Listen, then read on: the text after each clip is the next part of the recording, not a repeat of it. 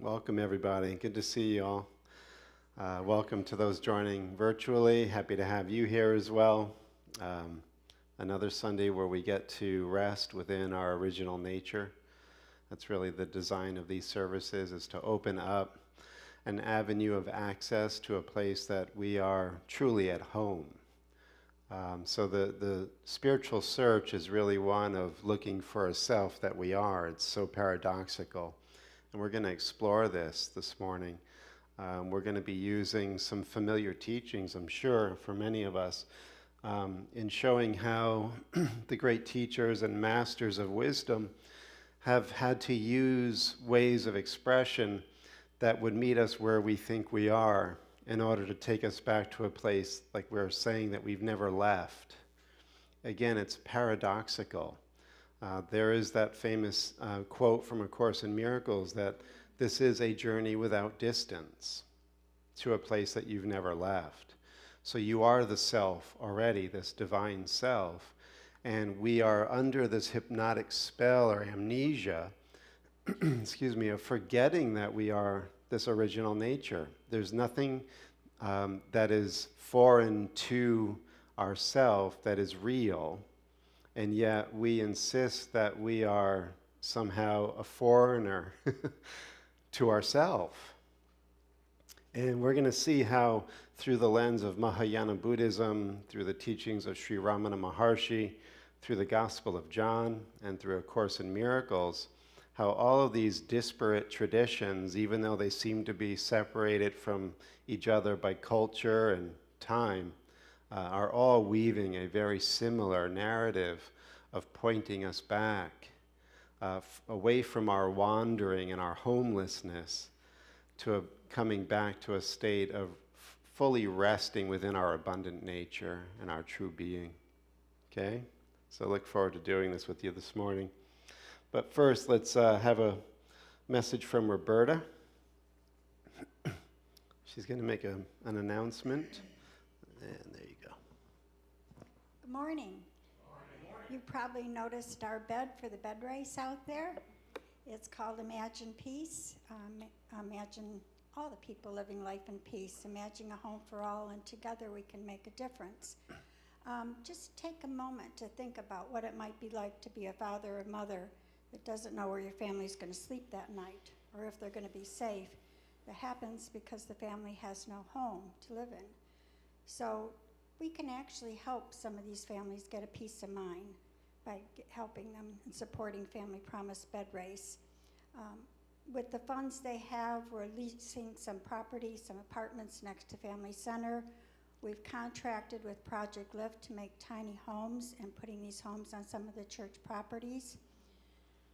We start them off in shelters, and then they go to transitional housing. These tiny homes and the apartments are not for free, but we have caseworkers working with them.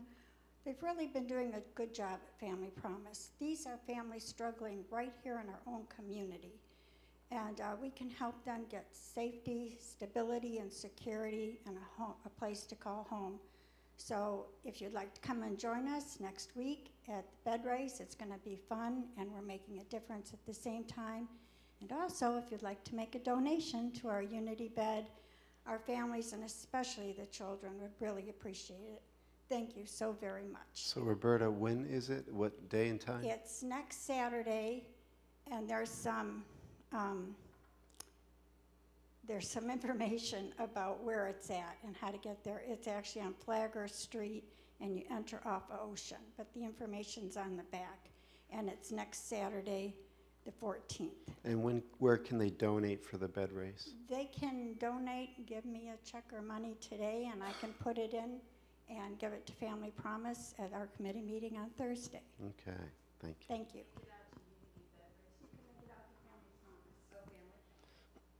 Thank you, Roberta. Okay, so we are readying for takeoff. Just find your breath. Find that relaxation response going on through the body as you slow down your breath and deepen it.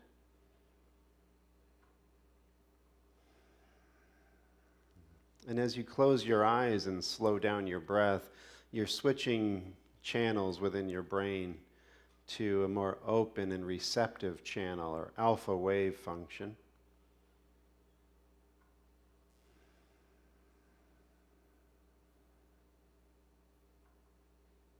And here we are leaving the superficial, the surface personality, and we're becoming more acclimated to the depth of our being as we enter into a more receptive and open state of mind.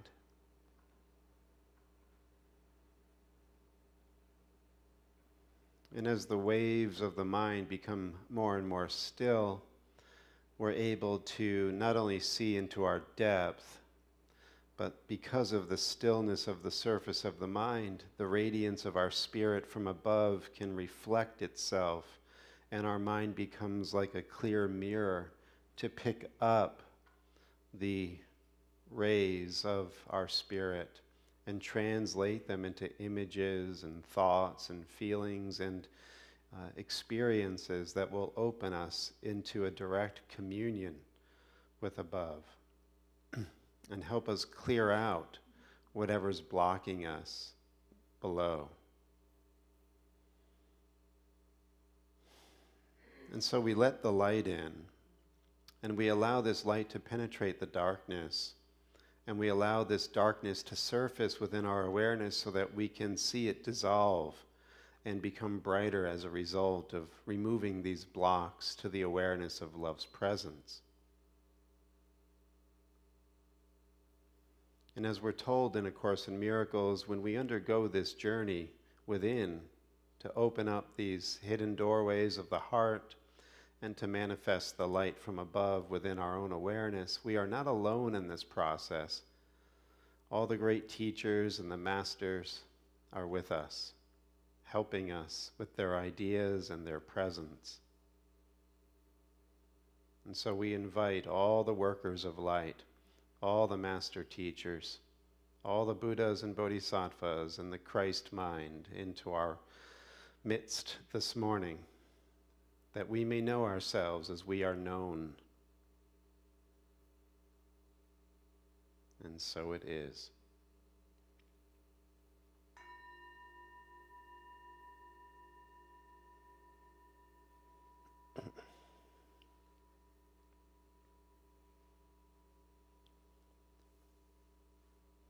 So we'll start this morning with some of the teaching of Sri Ramana Maharshi. This comes from his talks. And this is an interesting exchange between the master and a university professor. And the university professor, he's looking for himself. He's looking for this spiritual realization. And so Ramana is telling the professor, stop paying attention to phenomena. Stop focusing outside of yourself as if yourself was something that you have to discover.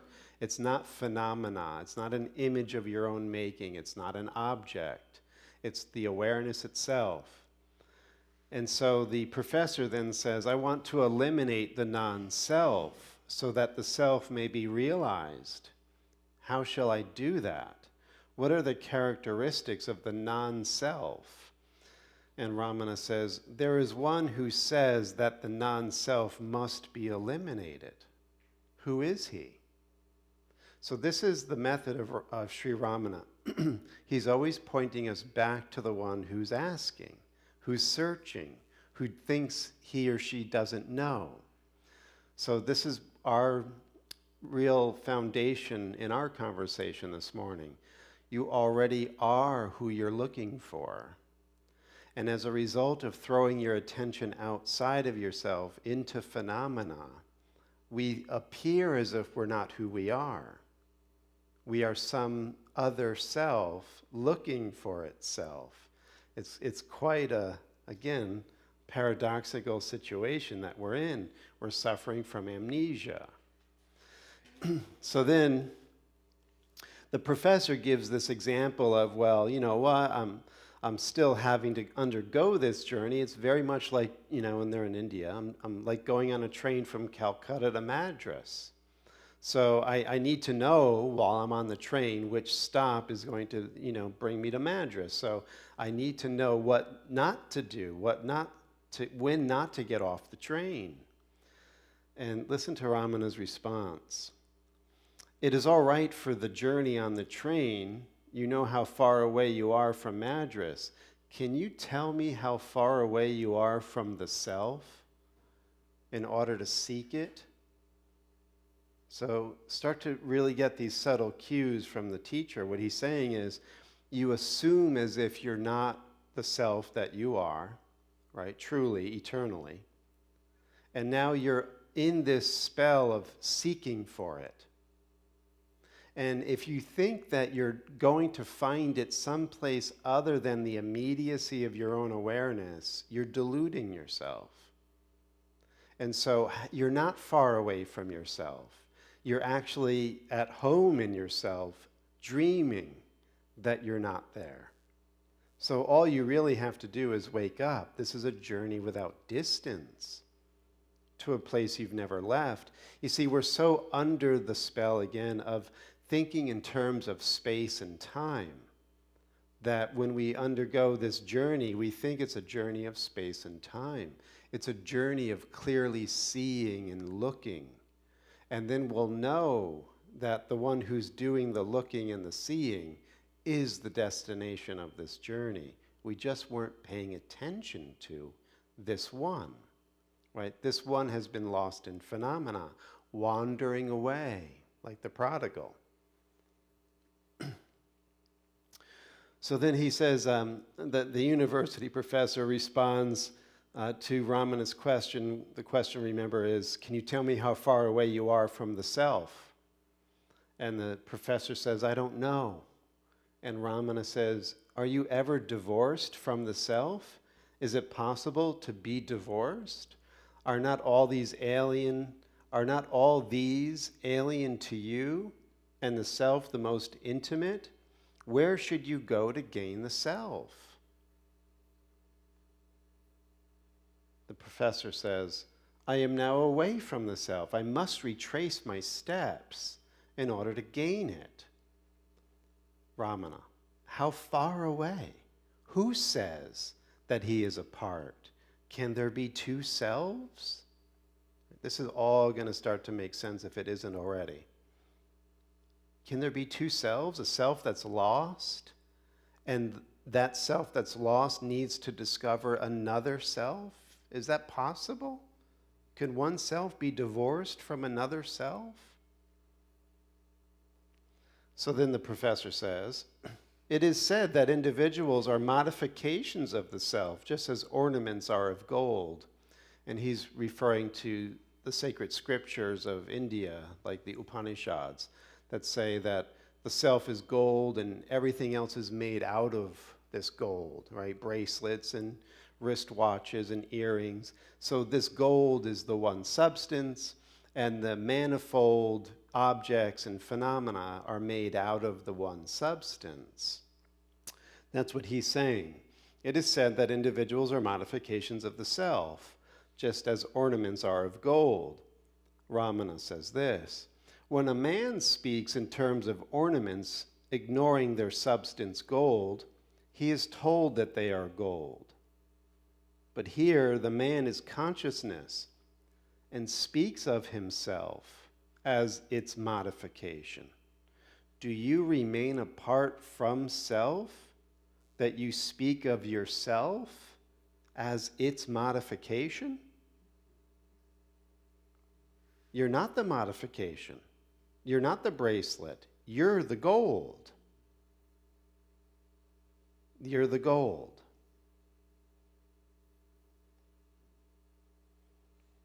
So then the professor, cannot gold be imagined to say that it has become an ornament? Right? Can't we, make the distinction that I am the man called John? I'm not the divine self. Can't we experience it that way? Aren't we all experiencing it that way right now? Well, the master answers. Being insentient, it does not say so, But the individual is sentient and cannot function apart from consciousness. So he's saying when we identify as the body and we think that the body has its own self-nature, he says that's unconscious. The body's insentient. When the spark that is your consciousness exits the body drops dead. The body is going to be worm food. It has no consciousness of its own. It's a vehicle of the consciousness. And so when we say, I am this body, that's actually a mistake in perception. We're not this body. We're animating this body. This body is a vehicle. It's a learning device, as it would be called in A Course in Miracles. But it's insentient. It's not consciousness. So the one that's saying, I am this body, is the consciousness. And Ramana says, but the individual is sentient and cannot function apart from consciousness. The self is pure consciousness. Yet the man identifies himself with the body, which is itself insentient. And it doesn't say, I am the body of its own accord. The body isn't saying, I am the body. The consciousness is saying, I am this body. Someone else says so. That's what Ramana is saying. It's not the body saying it's the body. Someone else is saying it's the body. Who is that one? Discover that one. What is the nature of the one that's saying, I am the body? Can't be the body. The body's insentient. The unlimited self, the unlimited self doesn't say it's the body. Who else is he that says he's the body? So this is really going to be where our next journey is. So the infinite self isn't saying it's the body, but there's this consciousness that is under hallucination or dream or illusion that's saying it's the body. It's consciousness, not knowing itself. Okay? That's where we're sitting right now. That's where the masters come to meet us. They meet us in this state of mind of confusion. Now, what is confusion? You're trying to fuse, right? Confuse. You're trying to fuse the insentient, sentient. You're trying to fuse the unconscious with the conscious and make it one thing. And it will never be one thing. Consciousness is consciousness eternally. Right? So to get out of the confusion, we have to make these clear distinctions. This is the journey. This is the path. Who else is saying that he's the body if it's not the pure consciousness? So listen to this now. Ramana says this. A spurious I, right? The capital letter I. A spurious or false I arises between the pure consciousness and the insentient body and imagines itself limited to the body. Seek this spurious identity that you're calling your I. Seek this I thought, this ego, and it will vanish as a phantom. So remember, the ego is the false I that says, I'm here as this body, as this name, with this story and past and present, and I'll have a future as this body. This is all the false I or false identity. And Ramana is saying, turn your full attention onto who this I is. When you really look into the nature of this ego or I, it can't withstand the light of your scrutiny. It literally evaporates as a phantom. So the way that the ego gets to stay alive is it has you focusing on second person and third person things, phenomena. The second person thing that you focus on the most is your body. That's second person. It's not the primal or first person. Raman is saying, turn your attention fully onto the first person. Who is it that's identified as the body? What's the nature of this I? He says we're looking at everything else. We're figuring everything else out in second and third person realities. We know how to go to the moon. We know how to split the atom. We know what foods to eat and not eat. We know how the body works. This is all second and third person knowledge. But if we don't know ourselves, do we really know anything? He's saying, look directly at the one you call I. And when you do, as the Buddha had said, there will be no I there, anatta. There's no I there. You are pure consciousness. You're unlimited. You're free.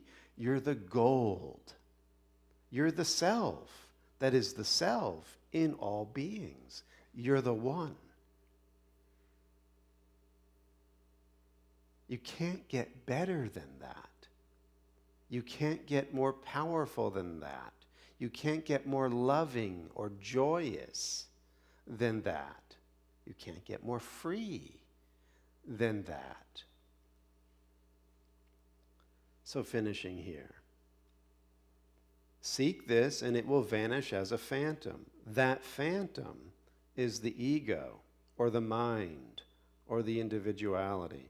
All the scriptures are based on the rise of this phantom, whose elimination is the very purpose of all scriptures.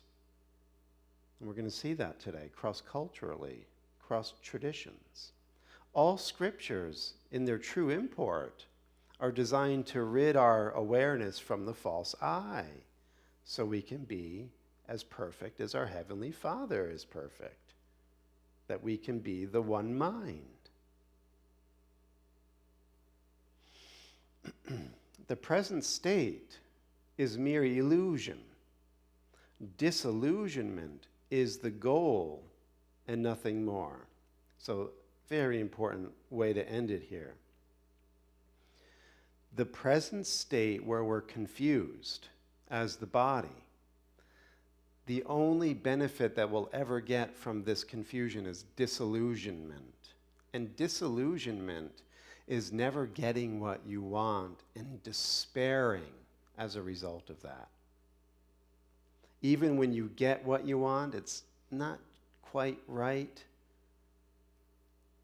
And when you do finally get what you want, sometimes it's taken away from you. So all of these end games of being this phantom self end in disillusionment, right? Which is the first noble truth of the Buddha. When the Buddha had his great awakening, the first thing he realized was that all life is unsatisfactory. It's not getting anyone what they really want. When we're seeking ourself in phenomena, you can't find the happiness. Because, as we've been saying, you are the happiness that you're seeking, right? So it's really important before we move on that you recognize the purpose of the scriptures and the purpose of this communication that's coming at you seemingly this morning. These words are designed to turn you in. They're not designed to keep you moving out with your attention. They're designed to have you reverse the current of your consciousness so that the words throw you back into yourself. You are happiness. You are fulfillment. You are safe. You are whole. You are beauty itself. You are knowledge itself. Now, the phantom doesn't believe any of that. The phantom is actually freaked out to even consider that as a real possibility. And this brings us into the world of Buddhism now, into the world of the Lotus Sutra, which is probably the premier scripture of Mahayana Buddhism. Phenomenal teaching. And in the Lotus Sutra, there is a familiar story that we get in the Gospels, the Gospel of Luke particularly, where Jesus is telling us that we are like this child who wandered away from our manorial home, from our father. And we squandered our life, and we ended up in a very faraway country. And we were destitute, right, in disillusionment. And so now we have to make this journey. Well, the Buddha puts an interesting twist on this prodigal story. And he's saying that a son was separated from his father many, many years ago.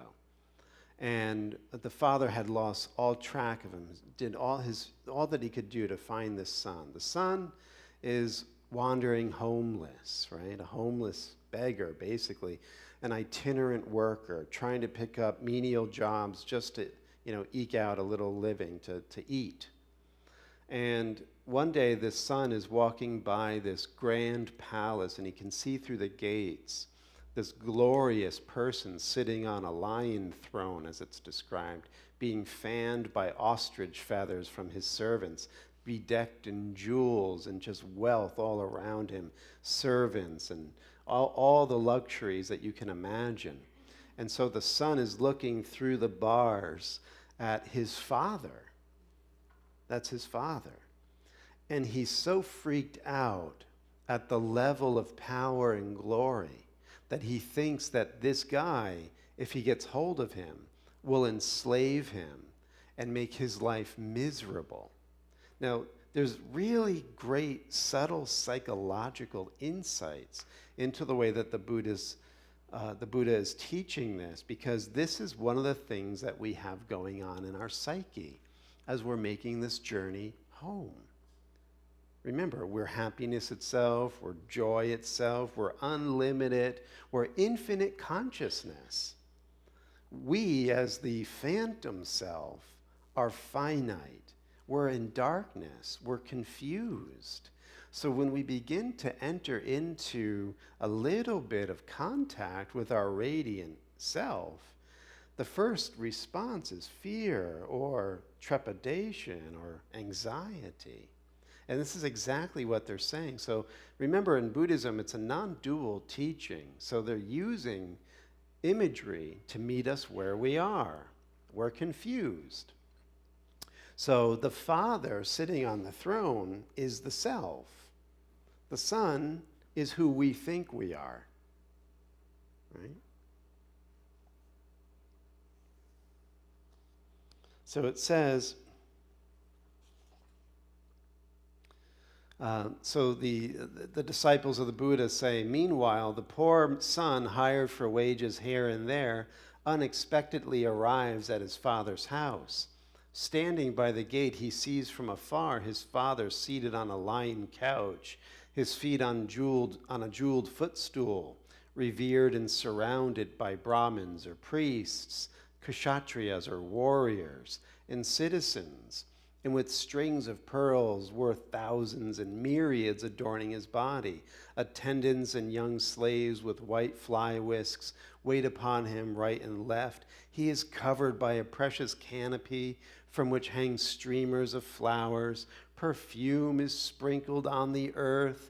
All kinds of famous flowers are scattered around, and precious things are placed in rows. Some he accepts, others he rejects. Such is his glory and the honor of his dignity. The poor son, seeing his father possessed of such great power, was seized with fear, regretting that he had come to this place, and secretly reflected thus, this must be a king or someone of royal rank. It is no place for me to obtain anything for hire of my labor. I had better go to some poor hamlet where there is a place to hire out my labor, and food and clothing are easier to get.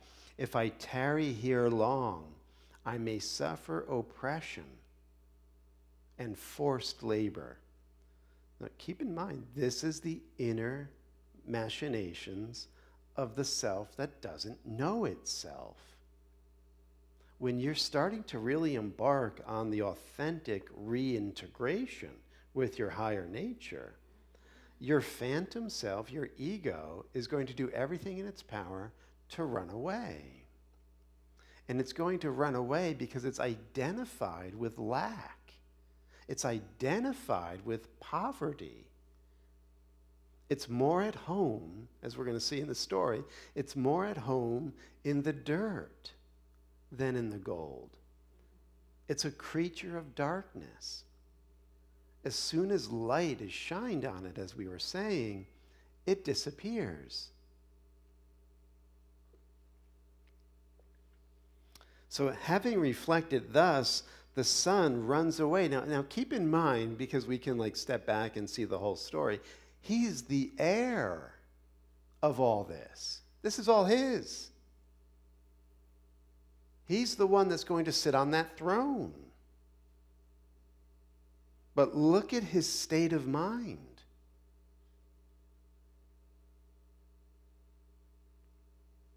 Freaked out.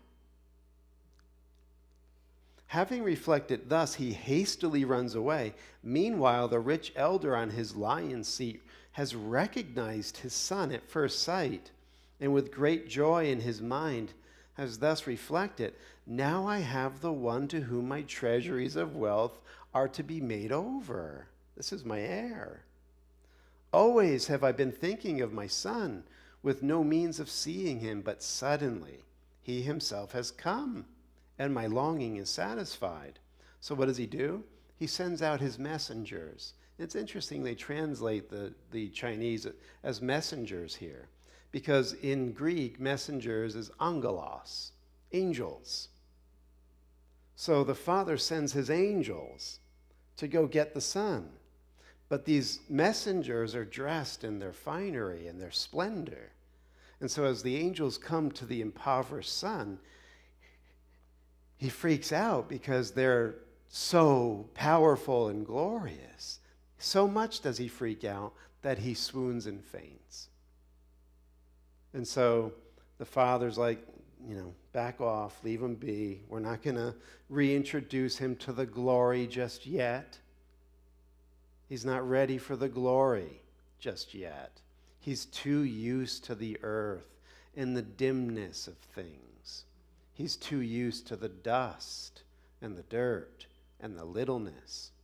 We can't expose him to who he really is yet.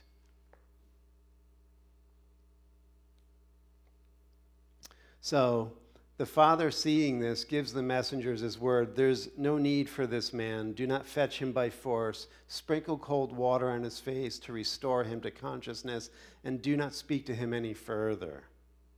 The father, knowing that his son's disposition is inferior, knowing that his own lordly position has caused distress to his son, yet profoundly assured that he is his son, to the son, tactfully says, so the father tactfully says nothing to the others that this is his son. The messenger says to the son, I now set you free. Go wherever you will. All right? Listen to this. The poor son is delighted, thus obtaining the unexpected. He rises from the ground and goes to a poor hamlet in search of food and clothing. In other words, he's happy to go back into the garbage.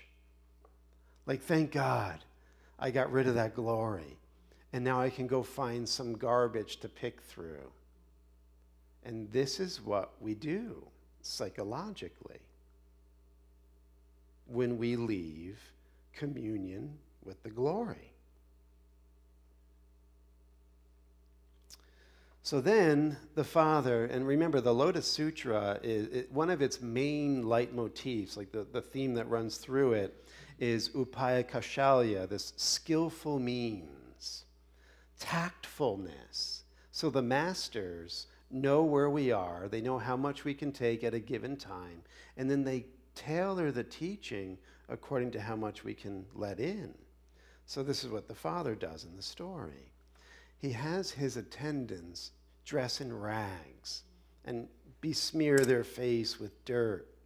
And then they go off to that poor little hamlet.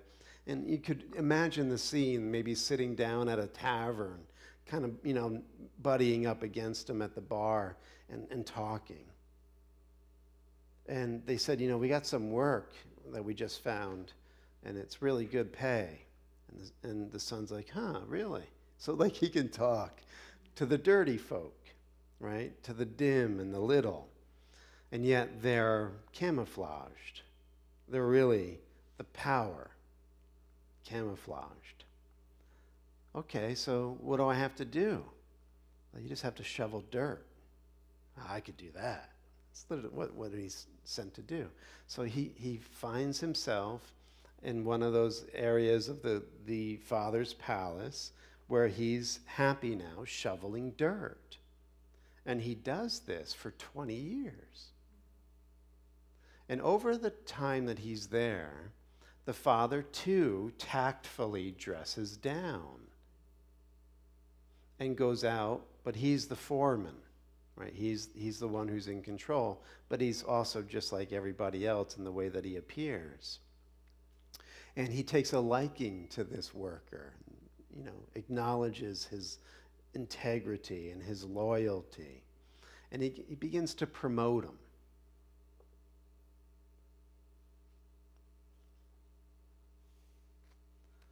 So listen to this.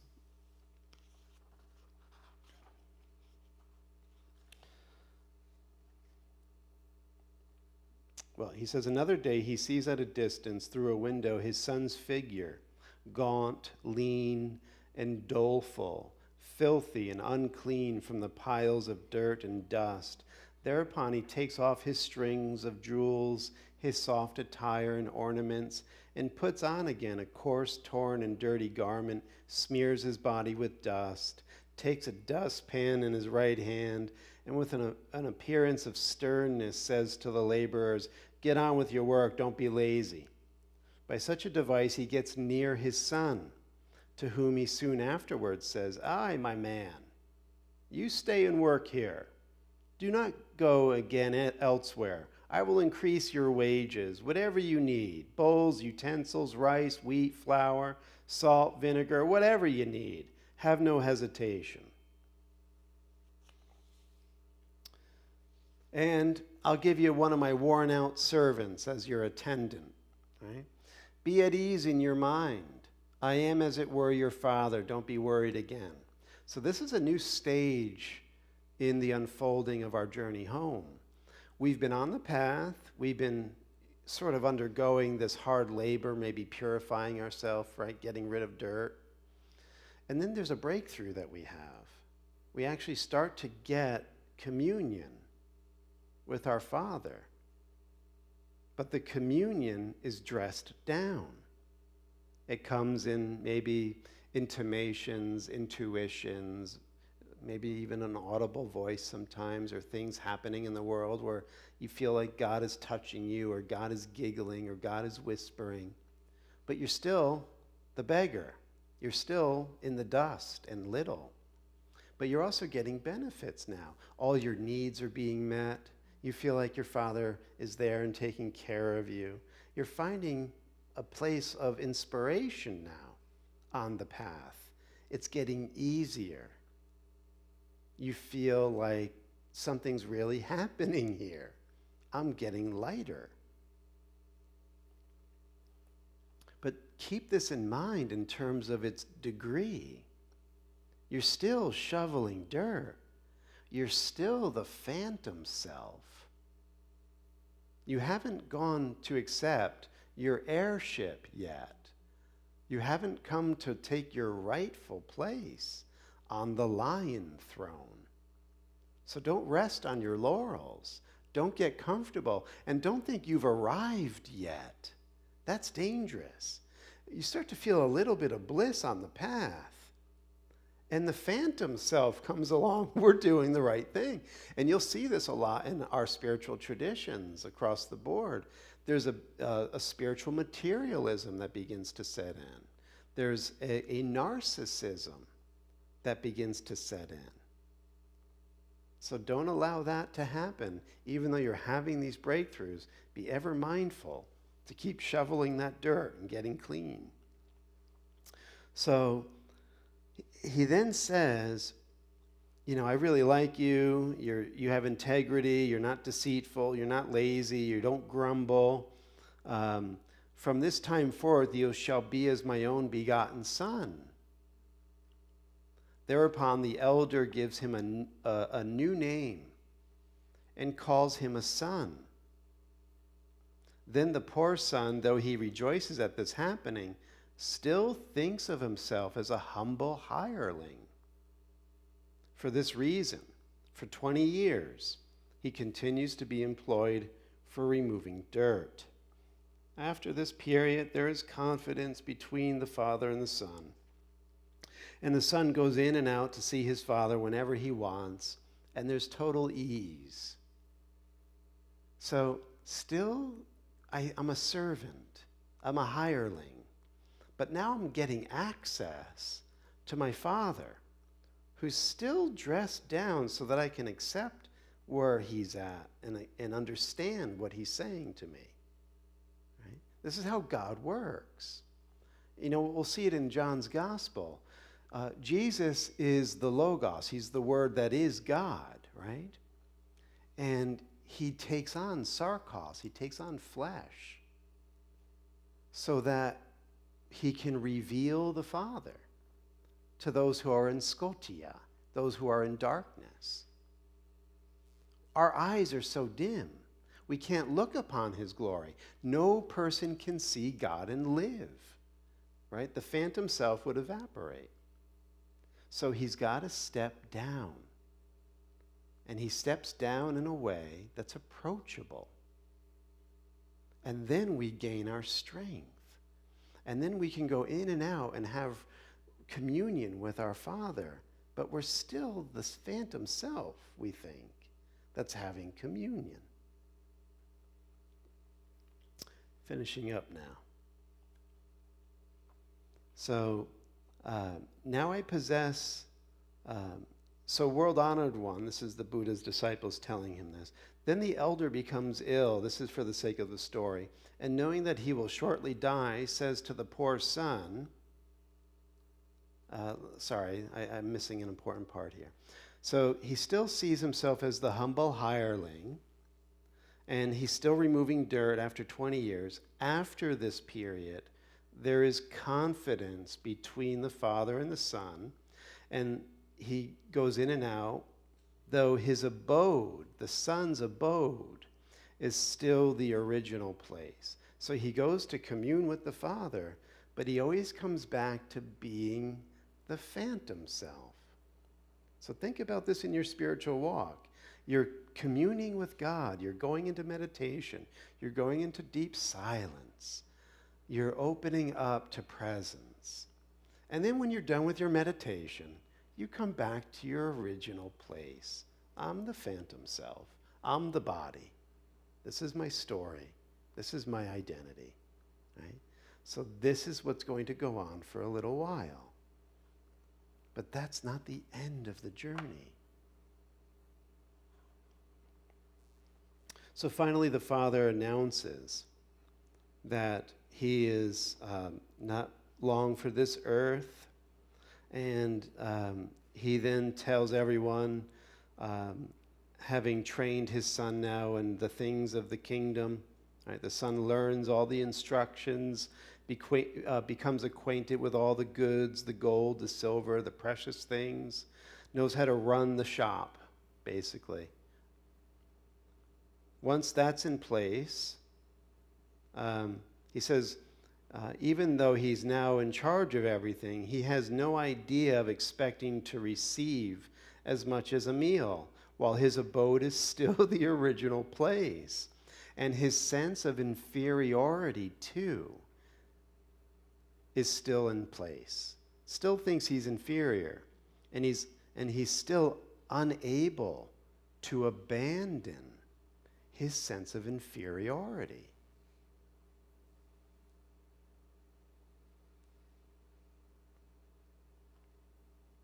So that's the next step. It's like, we get to this place where we can do all that we can do as the phantom self. And then eventually, as they say in Zen, you get to the top of the 100-foot pole. And there's nothing left to do but to jump. You got to jump. Because there's going to be a moment when you're no longer going to choose to identify as the false self. That's shedding, letting go. And then the Father announces, this is my boy. And, everything that I have is his.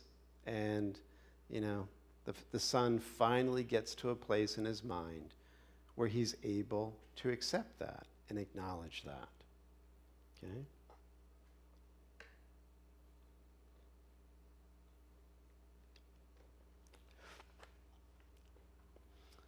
So there's an interesting workbook lesson from A Course in Miracles that goes along with this story so well.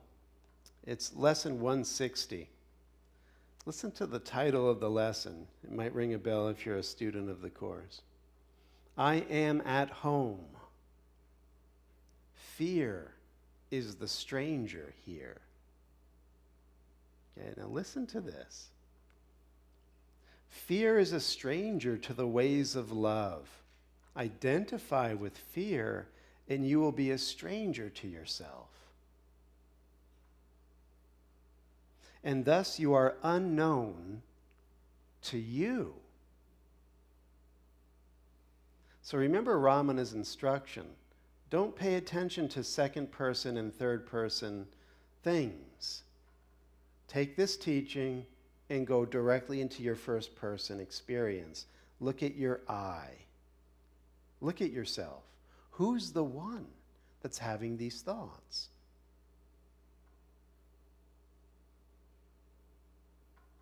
What is yourself remains an alien to the part of you which thinks that it is real but different from yourself. Who could be sane in such a circumstance? Who but a madman could believe he is what he is not and judge against himself? Just like the son was looking, couldn't identify with the glorious Father. That can't be my dad. That can't be my source. I'm somebody else. Now listen to this. There is a stranger in our midst who comes from an idea so foreign to the truth, he speaks a different language, looks upon a different world.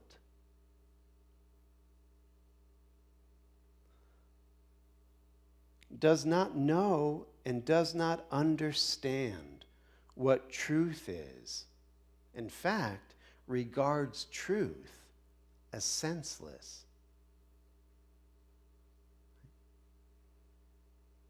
Stranger yet, he doesn't recognize to whom he comes, and yet maintains his home belongs to him, while he is alien now, who is at home.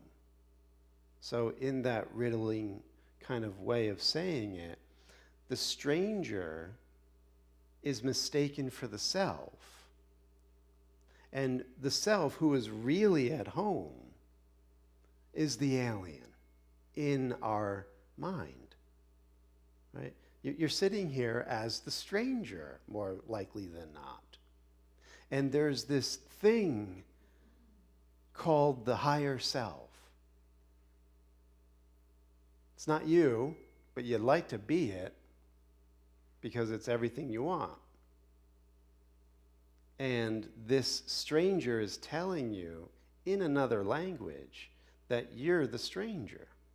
And the only reason why this is working is because you're giving it your attention.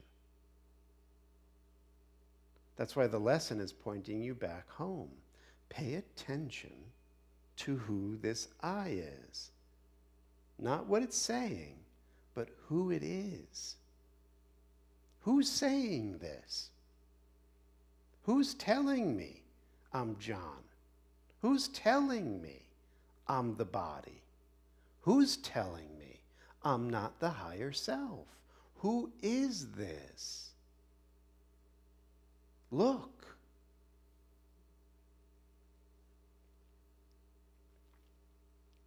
That's why he says, who is the stranger? Is it fear or you that is unsuited to the home which God provided for his Son? Is fear God's own, created in his likeness? Is it fear that love completes and is completed by? There is no home can shelter love and fear. They cannot coexist, right? You can't be two selves. If you are real, then fear must be illusion. And if fear is real, then you do not exist at all. How simply then the question is resolved. Who fears has but denied himself and said, I am the stranger here, and so I leave my home to one more like me than myself, and give him all I thought belonged to me. So I want to refresh our memory. This is a journey without distance to a place you've never left. This is all happening within the immediacy of your consciousness. And what he's saying to you right now is every time you identify as the body, you're giving your allegiance over to fear. You're giving your allegiance over to a phantom self that doesn't really exist. And as soon as you make that choice in this instant, you're speaking another language. You're seeing another world. And God doesn't exist. Can't. Because the self that you're identifying as denies the reality of the higher self. Is this making sense?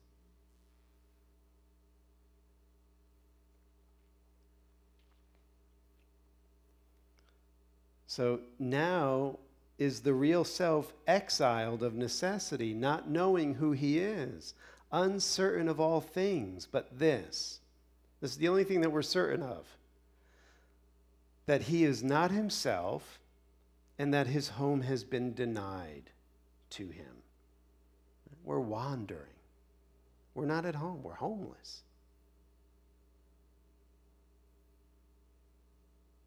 What does he search for now? What can he find? A stranger to himself can find no home wherever he may look, for he has made return impossible. So when you feel stuck, when you feel like things aren't moving in your favor, or you're hitting a brick wall, or you're facing a challenge, or you're in crisis, you're right in that moment identifying with the fear. And you're given the same moment to come home. Right? You have the option to be the self that you've made, and that self is the self that's in crisis.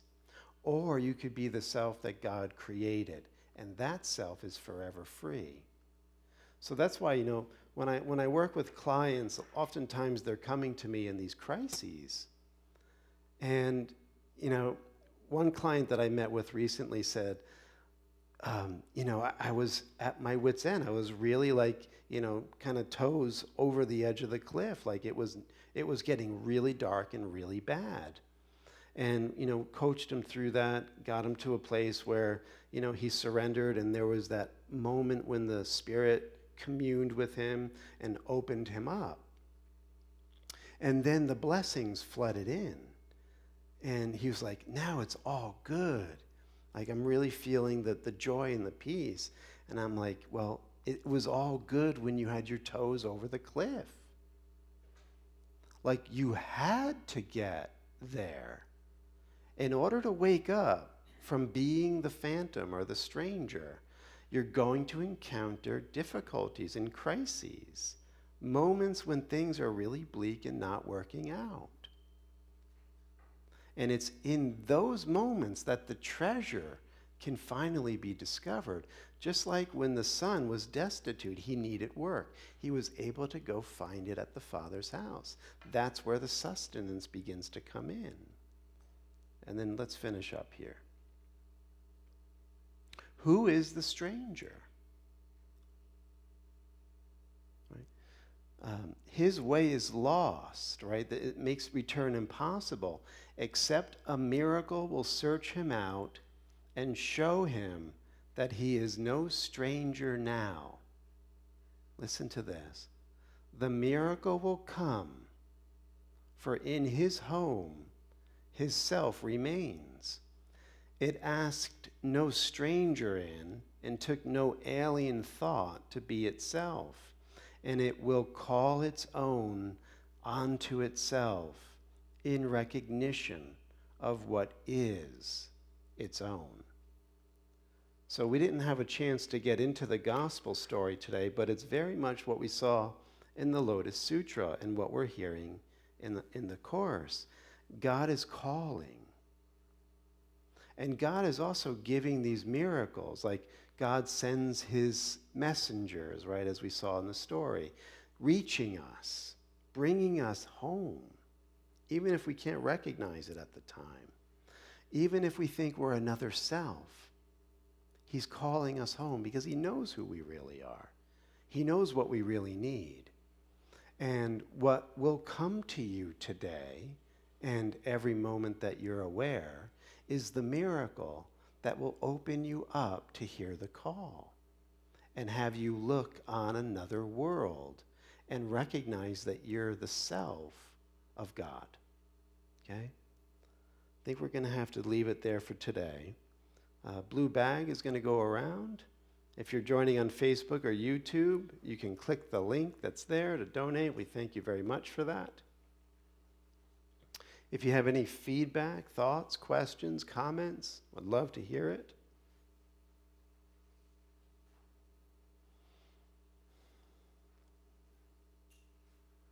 Jerry. A number of years ago, I wrote a part of a song. Mm-hmm. It needs to be finished, because I have not finished up until this point. And the lyric, the first line and the only line, You wrote a song a couple of years ago. a couple of years ago, which was never finished. And I know now that it needs to be finished. And the line is, I am love, I am loving, I am, got it. I am love, I am loving, I am loved. I am all that I was dreaming of. And that's it. And I know that God is love, and love is patient, except it seems like a long, long time. But I do know that I am closer to that point. And I was always told as a kid that I was stubborn, so it's time to give it up, I guess. Yeah, that's actually perfect. So you know, I don't think your mic is on, but I'll just recap that. So your song was saying that you are loved, loving, and loved, right? And God is love.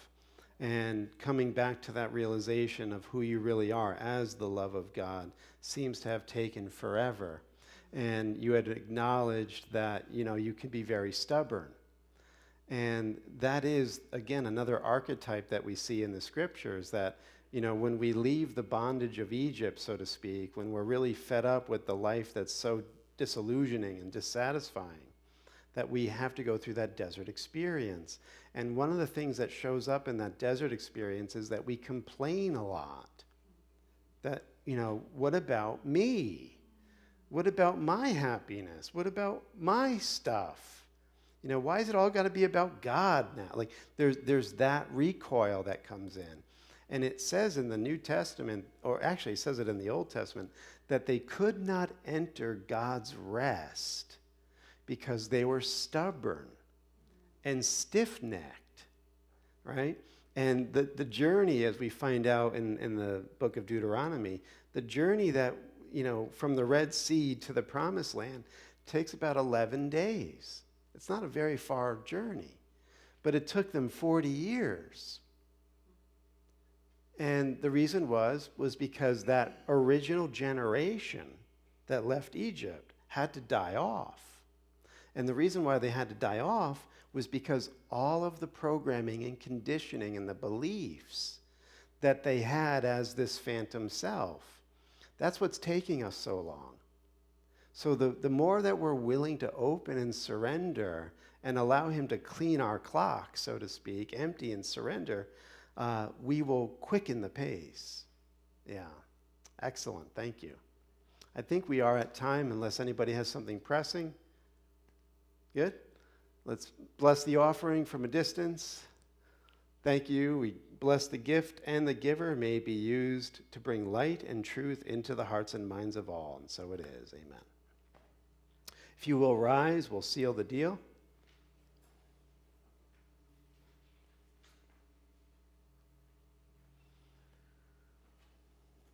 And come to rest in a humble and open heart.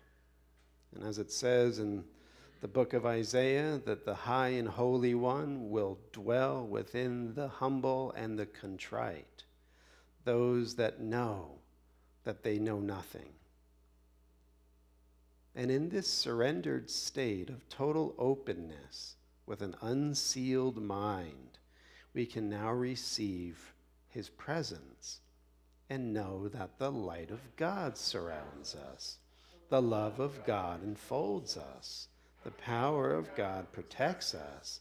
And the presence of God watches over us wherever we are. God is. Amen. Have a beautiful day, everybody. Course in Miracles tomorrow night at 7:15. Join us. Thank you, Hank.